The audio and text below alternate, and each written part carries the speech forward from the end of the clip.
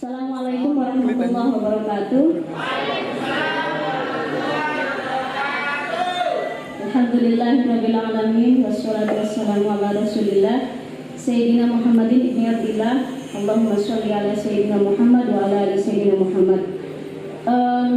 Saya bahagia sekali nih hari ini. Yang saya hormati Pak Saiful Huda, Bapak Ketua Komisi 10, sekaligus Yayasan Mandiri Safnas yang menginisiasi inisiatif pendirian perguruan tinggi yang kita cintai ini. Terima kasih di tengah Republik yang sedang genting oleh Cawapres. Biasanya setiap di prime time Metro TV kan kita selalu lihat ya Pak Saiful Huda. Jadi itu tanda berarti Republik lagi genting Bapak Ibu semua kalau kayak begitu itu. Dan berjuang untuk ketemu dengan kita pagi ini. Terima kasih, tepuk tangan untuk Pak Saiful Huda.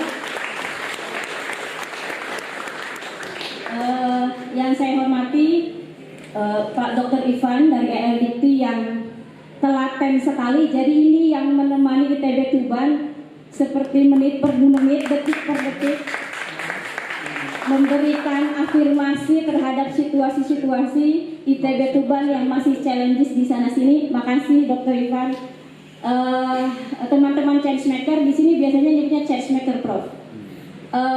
Kita juga kehadiran dua tamu, dua profesor dan dua-duanya rektor ya Gus, yang semoga bisa ke depan bekerja sama dengan ITB Tuban. Prof, terima kasih atas kehadirannya.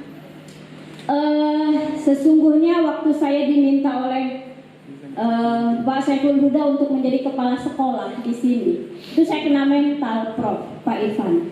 Latar belakang saya itu bukan akademisi, saya nggak punya jurnal. Saya tidak menggemari tulis menulis. Dulu waktu kuliah menggemari, tapi sejak tahu masuk tulis menulis itu nggak ada harganya. Saya kemudian melompat pengalaman saya di program-program international development. Jadi waktu diminta itu untuk jadi kepala sekolah, saya kena mental. Pertanyaan sesungguhnya ini saya bisa apa enggak begitu. Kemudian saya mengumpulkan keberanian membuat konsepsi-konsepsi dengan pertanyaan besar, ITB Tuban mau apa lagi di tengah ribuan perguruan tinggi yang sudah ada di Indonesia? Identitas apa yang mau kita tawarkan? Kemudian saya oret-oretan supaya agak ada ceritanya gitu, memberikan kepada Pak Saiful Huda kalau saya diminta untuk jadi kepala sekolah di sini, maka tawaran saya adalah konsepsi. Selamat pagi. Salam sejahtera untuk kita semua. Om Swastiastu, Namo Buddhaya, salam kebajikan. Alhamdulillahilladzi arsadana ilal istiqomah linasril huquqir ra'iyah ma'a hisbina wa bisya'biyah wal kifadi ala qimati al-sinah wal jamaah. Wassalatu wassalamu ala sayyidina Muhammadin al-mab'uth ila kafatil ummah litakuna hayaduhum rasidatan wa sa'idah wa ba'di. Tepuk tangan untuk Pak Dr. Ivan.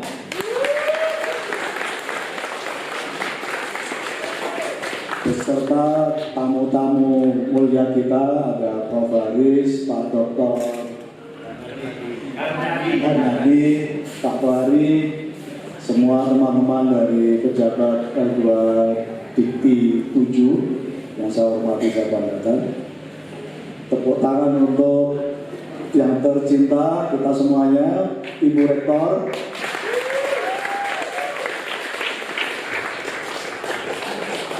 Terima kasih Mbak Ufi sudah meng-highlight banyak hal dan memberi spirit kepada kita semua. Kepada seluruh sivitas akademika, pihak Rektorat ITB Tuban yang saya hormati, saya banggakan, pengurus yayasan, ada kakak-kakak saya ini, ada Pak Haji Rofiuddin, ada Pak Haji Makmun, ada Mas Budin, ada adik saya Nasrul Umam. Tepuk tangan untuk beliau.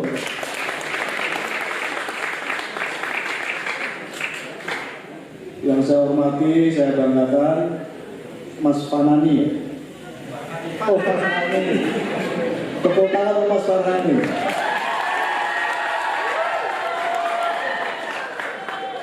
Malah bikin kita salah tingkah ya Mas Fanani. Nyebut namanya saya grogi.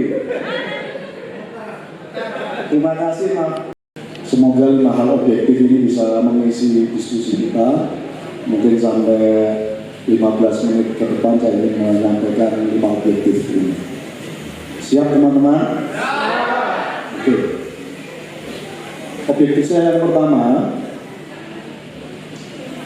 kalau kita belajar dari sejarah panjang, baik pada konteks sejarah panjang ilmu pengetahuan, sejarah panjang peradaban manusia, sejarah panjang kemajuan negara dan bangsa-bangsa di dunia ini,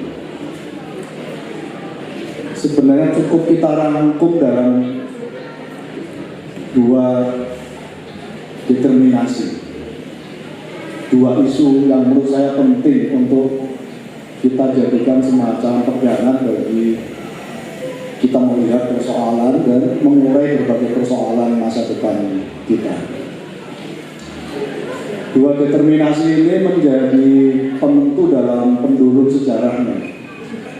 Jadi sejarah apapun yang kita baca, baik yang sifatnya fisik maupun non-fisik ilmu pengetahuan, dari hasanah, kultur, tradisi, dan seterusnya, sebenarnya hanya ada 2 determinasi dari ciptaan Allah. Kira-kira kenapa diciptakan alam semesta dan dunia ini, termasuk yang paling penting adalah ada manusianya di muka bumi ini. Determinasi yang pertama adalah saya menyebutnya determinasi terwariskan, inheritance factor. Jadi kalau yang ini given, jadi kehebatan kita, kemajuan kita, dimanapun kita berada, tidak terkecuali di desa yang kecil ini yang namanya Jetak, Kecamatan Montong dan Kabupaten Tuban, atau yang ada di New York sana, atau yang ada di Boston sana, di Amerika sana, atau ada yang di Yunani sana. Semua yang memegang apa yang disebut dengan inheritance factor, jadi faktor yang terwariskan. Apa itu? Inheritance factor itu yang pertama, misalnya geografis. Posisi dan situasi dan kondisi geografis itu menentukan bentukan kita mau jadi seperti apa. Kenapa wajah-wajah kita ini begini nih, cantik-cantik, cakep-cakep, kulitnya kuning langsat. Ini memang salah satu bentukan dari inheritance factor. Jadi memang givennya begitu. Kita sebagai orang Indonesia, suku Melayu ini begini, cetakannya begini. Ada Asia yang lain seperti China, matanya sipit, kulitnya putih, sama, posturnya sama dengan kita, kecil-kecil juga, nggak gede-gede amat. Tapi ada juga yang ada di Eropa sana, semua negara Eropa, ada yang di Amerika sampai Amerika Latin, orangnya besar-besar, tinggi, dan punya karakter yang berbeda. Jadi letak geografis menentukan cara kita hidup dan cara kita berpengetahuan. Atau pada konteks geologisnya, sumber daya alamnya, mineralnya, dan seterusnya. Atau laku alamnya, karena inheritance faktor itu salah satunya laku alam. Contoh yang paling faktual, kalau mungkin teman-teman tahu kenapa inheritance faktor itu menjadi penentu bagi kehidupan kita adalah laku alam. 2 tahun setengah kita terkena pandemi COVID-19. Apa yang terjadi? semua cara hidup kita dirubah hanya dalam waktu 1-2 tahun kurang lebih. Semua berubah. Dulu 10 tahun yang lalu kita tidak mengenal Prof. Haris proses pembelajaran melalui PJJ, kan? Pembelajaran jarak jauh. Nggak kita kenal. Dulu baru lamat-lamat saja. Tiba-tiba dengan pandemi COVID, seketika itu kita belajar bagaimana melaksanakan pembelajaran jarak jauh. Guru, dosen, mahasiswa, siswa-siswi, SD, SMP, SMA dipaksa melakukan percepatan literasi digital bagaimana supaya bisa mengikuti proses pembelajaran jarak jauh. Semuanya. Ilmu kedokteran diuji kemampuan baik pada level teknologi maupun temuan terbarunya dari ilmu kedokteran. Bikin vaksin terlambat 1,5 tahun baru diketemukan bagaimana bikin vaksin. Dan vaksin yang sudah dibikin oleh belahan dunia manapun tidak dalam rangka mengobati pandemi COVID, hanya menahan. Sampai hari ini belum diketemukan vaksin yang terhebat, obat terhebat supaya orang yang terkena penyakit, terkena jangkit COVID lalu bisa disembuhkan. Tidak ada. Karena vaksin itu hanya menciptakan imun, bukan obat dari COVID itu sendiri atau pandemi itu sendiri. Luluh lantak ilmu pengetahuan kedokteran yang sudah dipanggul dalam sejarah panjang itu hilang begitu saja sampai hari ini karena satu faktor, heritage faktor tadi. Jadi determinasi dari faktor terwariskan termasuk laku alam pandemi COVID. Dulu kita pernah dengar cerita bahwa Selat Sunda kecil ini itu adalah hamparan yang luar biasa sebelum kemudian meletus gunung yang itu meluluh lantahkan semua sejak dari India sampai ke India kecil yaitu Indonesia ini. Dalam sejarahnya jutaan orang karena letupan dari Gunung Merapi itu banyak yang meninggal dan membuat peradaban baru di Indonesia dan sebagian Asia. Itu terjadi karena apa? Karena faktor geografis. Siapa yang cepat-cepat belajar mengantisipasi, mempelajari letak geografis, geologisnya, dan laku alamnya, dia akan bisa membangun peradaban masa depan. Dan kalau kita ingin belajar dari ini, saya kira Jepang yang mampu mengkonsolidasi cepat bagaimana dia mensiasati laku alam di Jepang sana, yang sering gempa setiap hari. Bahkan dulu di Jepang itu setiap 2 detik gempa. Dia lakukan riset semaksimalnya dan lalu hari ini satu-satunya di dunia yang punya ilmu pengetahuan cukup tinggi terkait dengan antisipasi terkait dengan gempa. Itu Jepang. Belum ada negara lain ilmuannya yang bisa melampaui dari kehebatan ilmu pengetahuan terkait dengan gempa terkecuali ada di Jepang. Yang bikin peradaban dengan laku alam yang serba gempa yang ada di Jepang sana.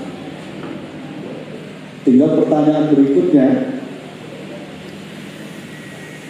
inheritance factor sebagai determinan kita untuk menjadi negara yang hebat, yang bisa membangun peradaban manusianya, yang bisa membangun kemajuan teknologinya. Indonesia ini apa inheritance faktornya? Dan apakah sudah termaksimalkan inheritance faktornya? Ini yang masih menjadi PR masa depan kita. Dan saya berharap kingmakers yang ada di sini menjadi sosok-sosok yang mampu untuk menggali lagi supaya inheritance faktor ini menjadi faktor kemajuan kita di masa-masa yang akan datang. Semoga tantangan ini bisa dijawab ya oleh teman-teman ya. Oke. Determinan yang kedua adalah modal manusia, determinasi human capital. Ini gak ada tandingannya. Faktor manusia, modal manusia ini segalanya. Nanti saya ingin bercerita di belakang kenapa saya dan teman-teman ingin mendirikan ITB Tuban ini. Human capital ini penting segalanya. Seterbatas apapun kita akan kalahkan inheritance faktor itu dengan faktor human capital, dengan faktor manusia. Pertanyaannya, faktor manusia yang seperti apa? Modal manusia seperti apa yang kita inginkan? Nah, cita-cita kita manusia yang berpengetahuan tinggi, yang berliterasi tinggi. Karena prasyarat untuk menjadi sekian banyak visi yang disampaikan oleh Mbak Uvi tadi sebagai rektor, mensyaratkan kita semuanya harus menjadi manusia yang berpengetahuan tinggi, berliterasi tinggi. Semakin kita tidak berliterasi, semakin kita tidak tinggi berpengetahuan, artinya sebaliknya, kita tidak bisa melakukan inovasi, kita tidak bisa menjadi individu yang berkarakter. Selamanya kita akan menjadi follower. Kalau kita tidak berpengetahuan tinggi atau tidak berliterasi tinggi, semua kemajuan selalu identik dengan manusia-manusia yang di dalamnya berpengetahuan tinggi. Semua peradaban yang diciptakan dari belahan bumi negara manapun, kalau kita telisik, ada lapisan yang paling utama, yaitu human capitalnya memang berpengetahuan tinggi. Nah, karena itu kita berharap ITB Tuban bisa menciptakan human capital, modal-modal manusia yang berpengetahuan tinggi, paling tidak berpengetahuan di atas rata-rata yang lain.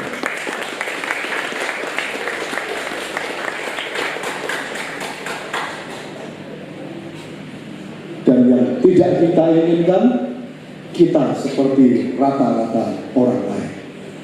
Tanamkan dalam diri kita semuanya, kalau kita menjadi rata-rata seperti rata-rata orang lain, kita akan menjadi buih dari proses pembaharuan, dari proses transformasi, baik untuk diri kita, keluarga kita, maupun untuk masyarakat dan negara bangsa kita. Karena itu hari ini saya mengajak, tanamkan dalam diri masing-masing, renungkan dalam hati, refleksikan, evaluasi. Saya tidak ingin menjadi seperti rata-rata orang lain. Karena kalau saya menjadi seperti rata-rata orang lain, berarti saya akan menjadi rata-rata seperti orang lain. Lalu kita harus jadi apa? Saya ingin menjadi di atas rata-rata orang lain. Karena ketika saya di atas rata-rata orang lain, saya akan bisa menciptakan legacy atas diri saya sendiri, keluarga saya sendiri, masyarakat dan lingkungan saya sendiri. Change maker kita.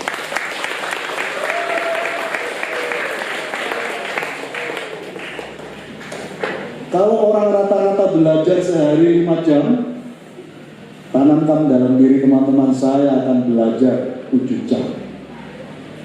Kalau rata-rata orang lain masa depan belajar 7 jam setiap hari, saya akan belajar 10 jam sehari. Begitu seterusnya. Karena ukuran pembaruan dan cara pandang kita melihat perubahan adalah bercermin atas basis perubahan itu sendiri. Kalau orang berubah 1 jengkal, saya akan berubah 1 lipat, dan seterusnya dan seterusnya. Nah, saya ingin ITB Tuban menjadi laboratorium untuk menciptakan human capital terbaik di masa-masa yang akan datang. Seterbatas apapun teman-teman dan seterbatas apapun kami yang bisa memfasilitasi di ITB Tuban, tapi kami akan maksimal. Dulu saya tidak membayangkan Gus Ivan ITB Tuban bisa merekrut segini banyak nih. Ini mahasiswa yang pertama ini Prof, angkatan pertama, sekitar 254. Saya sebenarnya dulu cita-citanya cukup mengkader 10 orang, tapi dia bisa menguasai dunia dimanapun dia berada, di bidang apapun. Tapi nggak cukup adil kalau kita lakukan itu.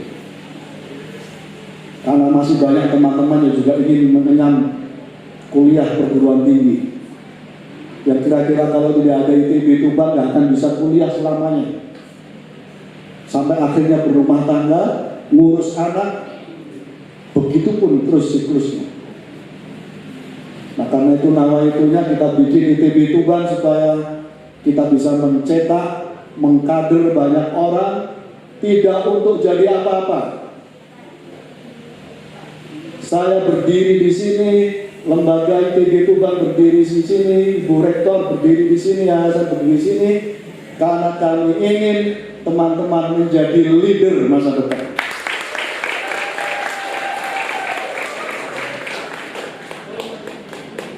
Siap teman-teman sekalian? Kami ingin mencetak leader, tidak ingin mencetak follower yang jadi follower biar orang lain, tapi kampus ini harus mencetak leader.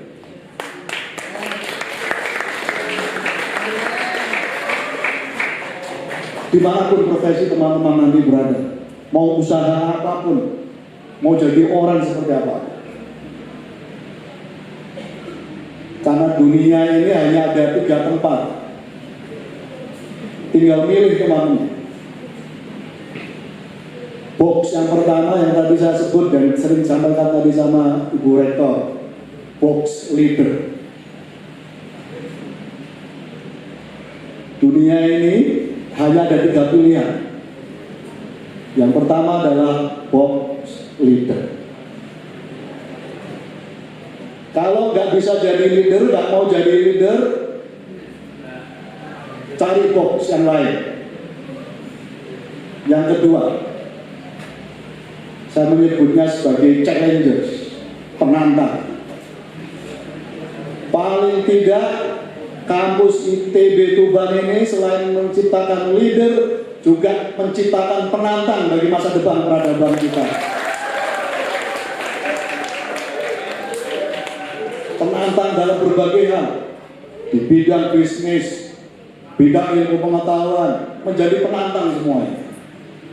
Karena passion menjadi leader dan penantang itu luar biasa.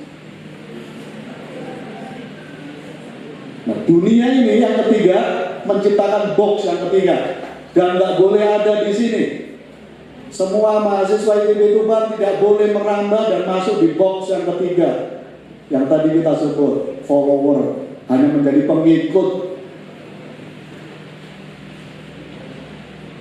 Sudah banyak orang yang bisa jadi pengikut, karena itu jangan ngantri menjadi pengikut. Saya ingin semua anak-anak ITB Tuban menjadi leader dan challenger di bidangnya masing-masing. Akan banyak hal yang bisa diambil hikmah dari 2 posisi ini yang bisa diambil oleh teman-teman sekalian. Ini objektif saya yang pertama. Determinasi dua hal yang kita bisa merubah dan mensiasati dunia ini. Determinasi inherited factor, yang kedua determinasi human capital. Pilihan kita human capital, seterbatas apapun kita. Teman-teman sekalian yang saya hormati, saya banggakan, objektif saya yang kedua,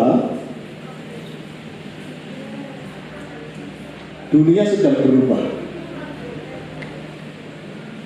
Suatu saat saya pernah keliling ke kampus-kampus terhebat di Amerika.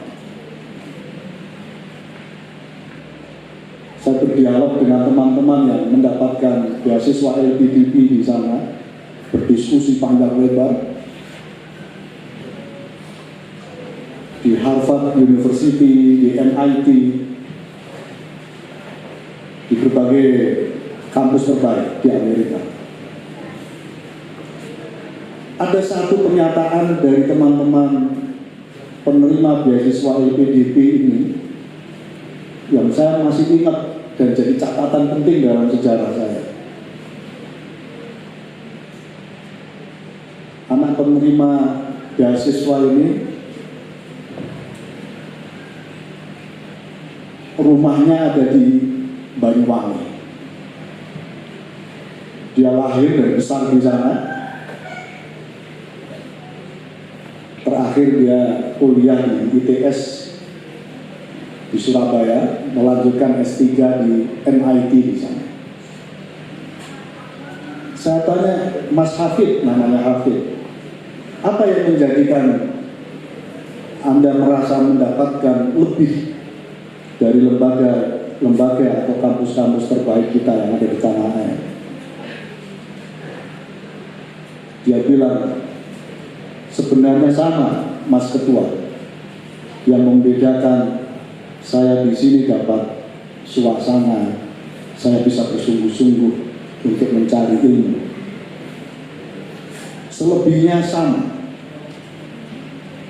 Kampus MIT ini tidak memberikan saya kemewahan yang lebih ketika saya ketemu para dosen, para profesor yang ada di sana.